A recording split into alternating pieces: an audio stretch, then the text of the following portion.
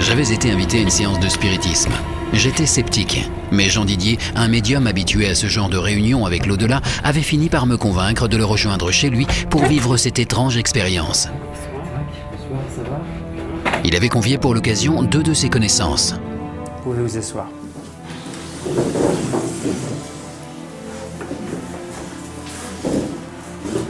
Alors, je vais vous demander de mettre simplement un doigt sur le verre et de l'effleurer sans le toucher et sans appuyer et sans faire de pression directement sur le verre. Allez-y. Il y a un doigt particulier ou... Non, chacun fait comme il le sent. Par contre, il ne faut pas que le coude touche la table. Voilà, il faut essayer de rester un petit peu comme ça. Et donc, on va lancer la séance de spiritisme et je vais demander tout de suite donc s'il y a un esprit qui est là et qui veut rentrer en contact avec nous ce soir. Esprit, si tu es là, manifeste-toi. Dis-nous si tu es là, oui ou non. Pour être honnête, je m'étais quand même préparé à ce que rien ne se passe. Sûrement parce que je pensais ne pas être le candidat idéal pour cette expérience. Alors, ça peut prendre des fois un petit peu de temps pour que la séance démarre.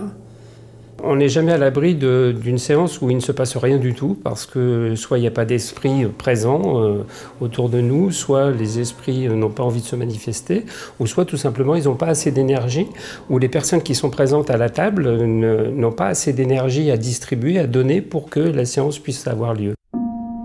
Nous avons attendu de longues minutes, mais rien, pas de réponse, un verre inerte et un silence pesant.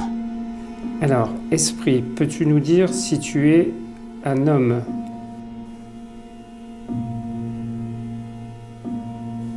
Étonnant. Le verre commençait à se déplacer sous mes yeux et je ne faisais que le suivre du bout du doigt. Alors apparemment c'est un esprit masculin. Y aurait-il vraiment une force inconnue capable d'engendrer ce phénomène?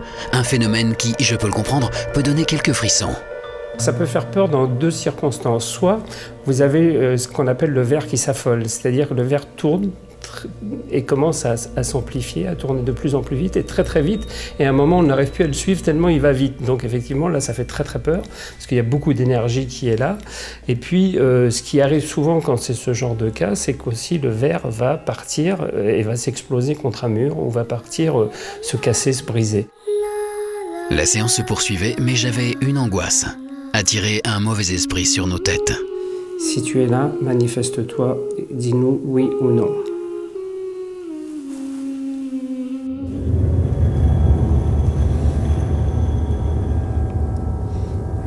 Peut-être un esprit farceur, là. Encore. On peut se retrouver avec un esprit qui ne veut plus partir, qui reste dans la maison. Et si on ne rentre pas en contact, en communication avec cet esprit, lui, il va se manifester par des phénomènes paranormaux. C'est-à-dire que vous allez avoir des portes qui vont claquer, des verres qui vont se briser, des ampoules qui vont claquer, une télé qui va s'allumer toute seule. En fin de compte, l'esprit va chercher un moyen de rentrer en communication avec le médium. Nos conversations avec ce que certains pensent être des défunts se sont poursuivies durant une partie de la nuit. Rien de traumatisant n'est arrivé. Et finalement, c'est mieux comme ça.